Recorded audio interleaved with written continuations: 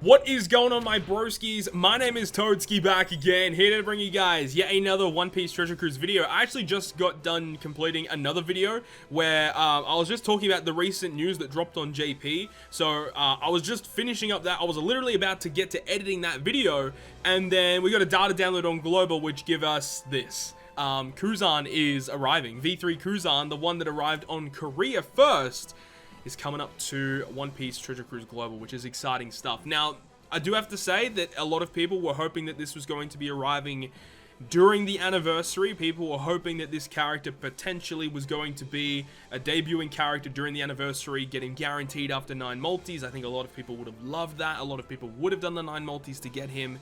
Unfortunately, because they didn't do that, you had a bunch of people skip, and now you've got this banner, which is now arriving after a current Sugo Fest that's out on Global right now, which is actually looking pretty decent.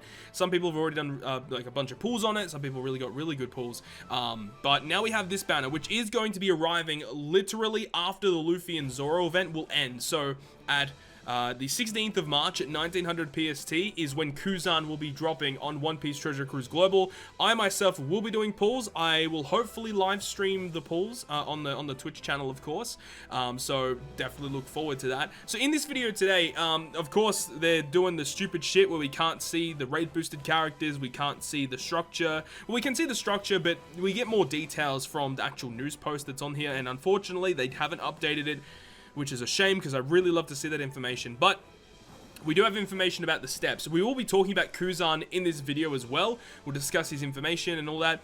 Before we actually get into the steps, you can actually see on the actual title of the Sugo Fest, it's a Kizuna Clash Sugo Fest. Now, when this guy dropped on the Korean version of Treasure Cruise, he actually dropped along with a Kizuna Clash. The Kizuna Clash was a Kizuna where the main boss unit was actually that World Clash Akainu on the banner, and as you can see on the banner, all the World Clash units will be returning on this banner, which is good to see, because the World Clash units are some of the better limited time rare recruits that we've seen. Still to this day, they're actually got some pretty good usage. I myself do already own the Luffy character. I don't own the Blackbeard or the Akainu though, so getting my hands on one of those guys would be pretty cool, and obviously the new character Kuzan would be awesome to get as well.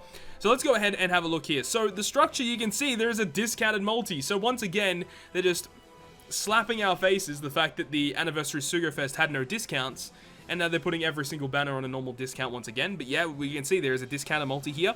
The second multi, last wanted poster, is a Sugo Fest exclusive. 2 multis for a guaranteed legend. Not bad. At this point in time, we don't know if there's going to be any legend rate boosts. I would assume not. I would assume it's going to be a flat 4% boost, or 4% chance to get a red poster. So I don't think there's going to be any too crazy rate ups, and I really hope Kuzan at least has a decent rate, because that's the only real reason you should be pulling here. We'll have a look at the rate up characters, because the recommended character list does have obviously a little bit of info relating to, you know, characters that are going to be boosted, so potentially there's other legends there. So let's move on. So 30 gems and then a legend on the second multi. The third multi is either a guaranteed legend or a special character. Now, because the World Clash units are here, I would assume that the third multi would be guaranteed red or one of those units. Maybe there's other special characters that are on this banner that we can't see right now. I would hope that it's only the World Clash units that are considered as special characters. Therefore, if you get a gold, it's guaranteed to be the World Clash units. Or if it's a red, obviously it can be anything at that point. The fourth multi is just nothing. The fourth multi, oh my god, the fourth multi is just nothing. It's a nothing multi, nothing special there. The fifth multi, last wanted poster, once again, is either a legend or a special character, so it's the exact same as the third multi. The sixth multi is guaranteed to be a special character. Okay, interesting.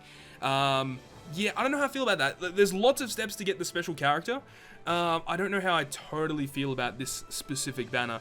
The 7th multi, nothing special. The 8th multi is a legend. 9th multi, once again, is either a legend or it's going to be a special character. So I would think that because there's so many special character steps, that I think there might be more than just the World Clash units here. I don't know what else they could really put in, considering we just had a whole special character Sugo Fest right now on Global. So I don't know what else they could really put on this banner. Hopefully we'll find out soon enough. The 10th multi, all wanted posters are Sugo Fest exclusives. Alright, okay, this is a big deal.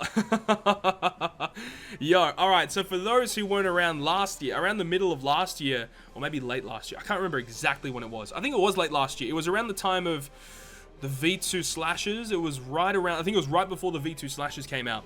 We got a Sugo Fest where if you did 5 multis, you got the 5th multi was all reds. Characters 1 through to 11 were all red posters. Now, of course, on a Sugo Fest like this, it literally can be any character, right? You know, you have a chance for it to be V1 Whitebeard all the way right now to V3 Kuzan. You could have Kaido, Stampede Luffy, Bullet, you know, ranging from older characters like V1 Sanji, V1 Rayleigh, V1 Boa, right? You can get any character, but all posters on that multi were reds, and we're getting that right here. Do I suggest doing it though? That's the question. I still think it's probably worth saving for, you know, the banner like Luffy and Zoro with Sober Mask, or the dual Nami Robin with Pudding. I do think those banners will probably be better. But look, you got to look at this, right? How many reds do you get up until that point? You get 1 on the 2nd multi, potentially 1 on the 3rd, potentially 1 on the 5th, potentially 1 on the 8th.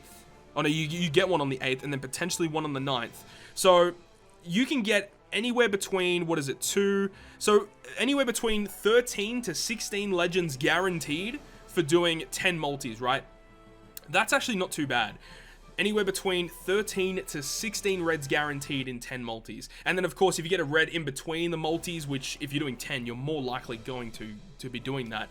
So that is a lot of red posters for 10 multis, right? Again, we don't know the rates. The rates will obviously, you know, change how things go here. But this is very intriguing, and I think a lot of people will be tempted to do the policy, and I think a lot of people, considering we just come off the anniversary, and we just come off the Sugo banner that's out right now, I don't think a lot of people are going to have enough gems to do 10 multis. To do 10 multis, you need 470 gems. That is a lot of gems to go in, but, you know, you do get a lot of reds for doing that.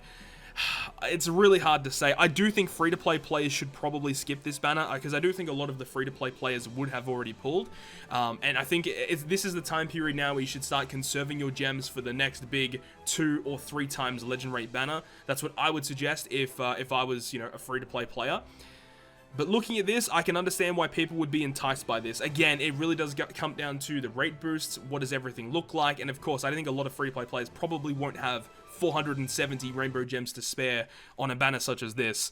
So moving on, the 11th is just a regular multi, the 12th is a limited pool Sugo Fest exclusive character, the 13th is nothing, the 14th is a super limited pool Sugo Fest exclusive, 15 is nothing, and then 16 is the last step with another super limited pool Sugo Fest exclusive character. That's very interesting.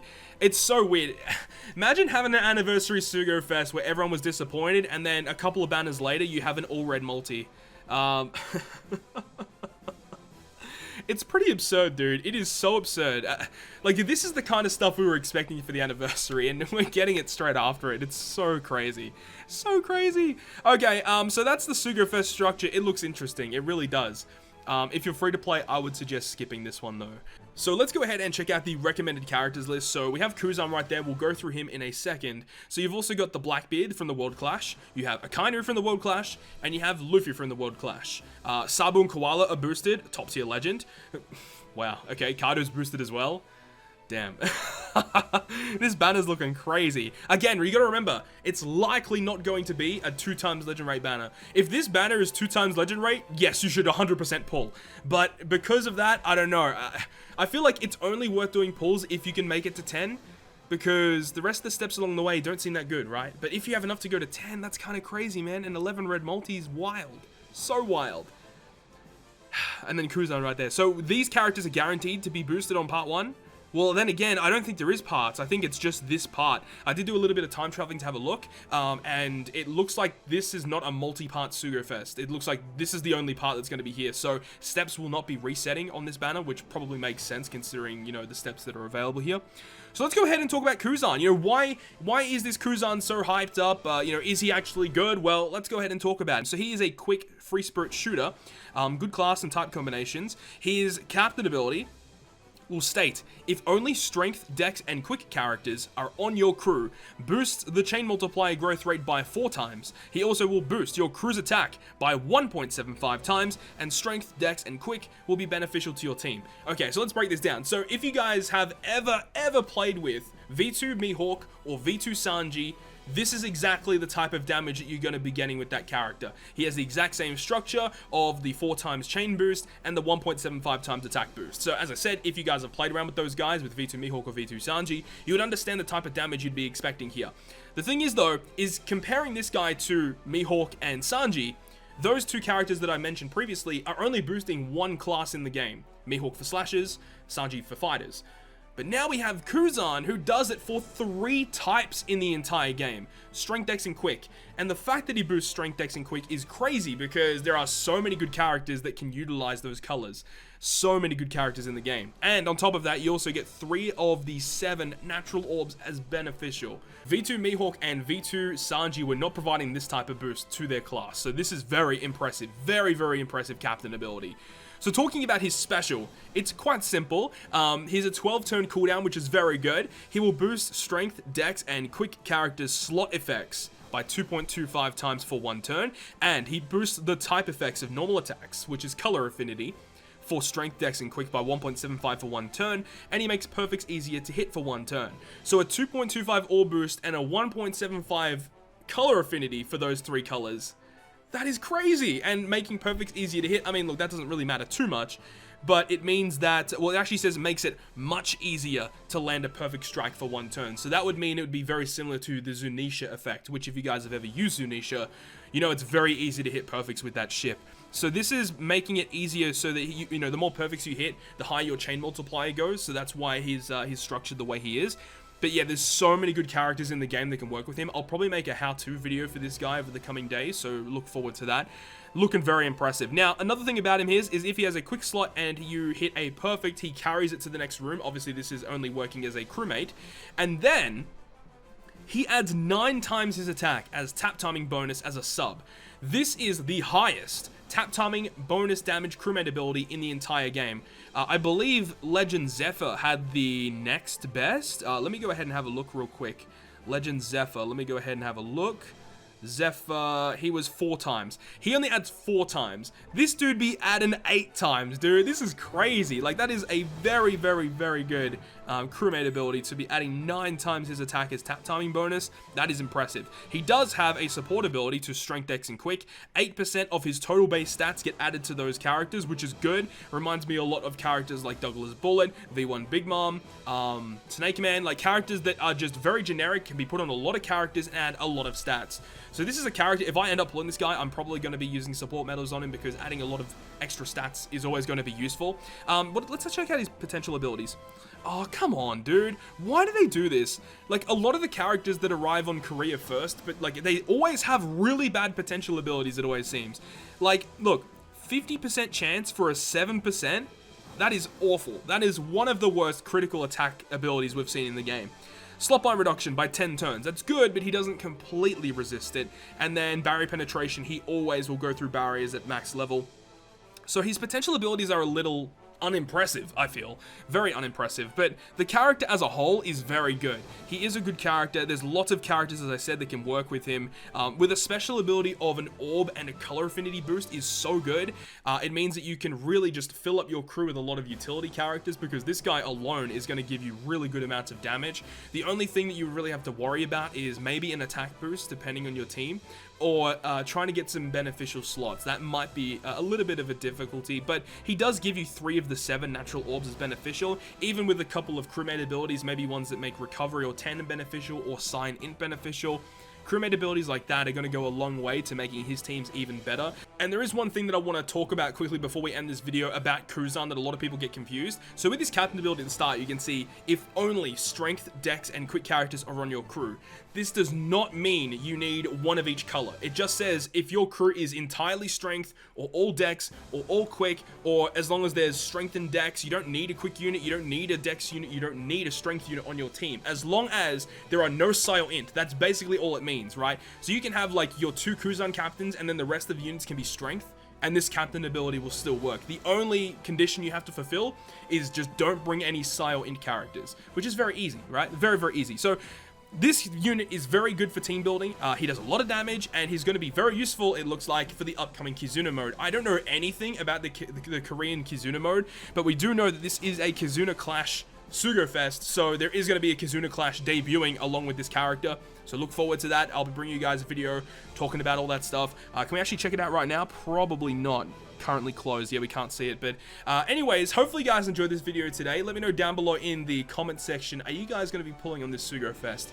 I don't think it's worth it, honestly. I think you should probably save your gems, but look, that's up to you at the end of the day. I really hope you guys enjoyed the video today, and if you guys did, make sure to leave a like. And if you want to stay up to date with all the content that I post, including more One Piece Treasure Cruise content, make sure to hit the subscribe button down below. But on that, guys, I will see you guys within the next video.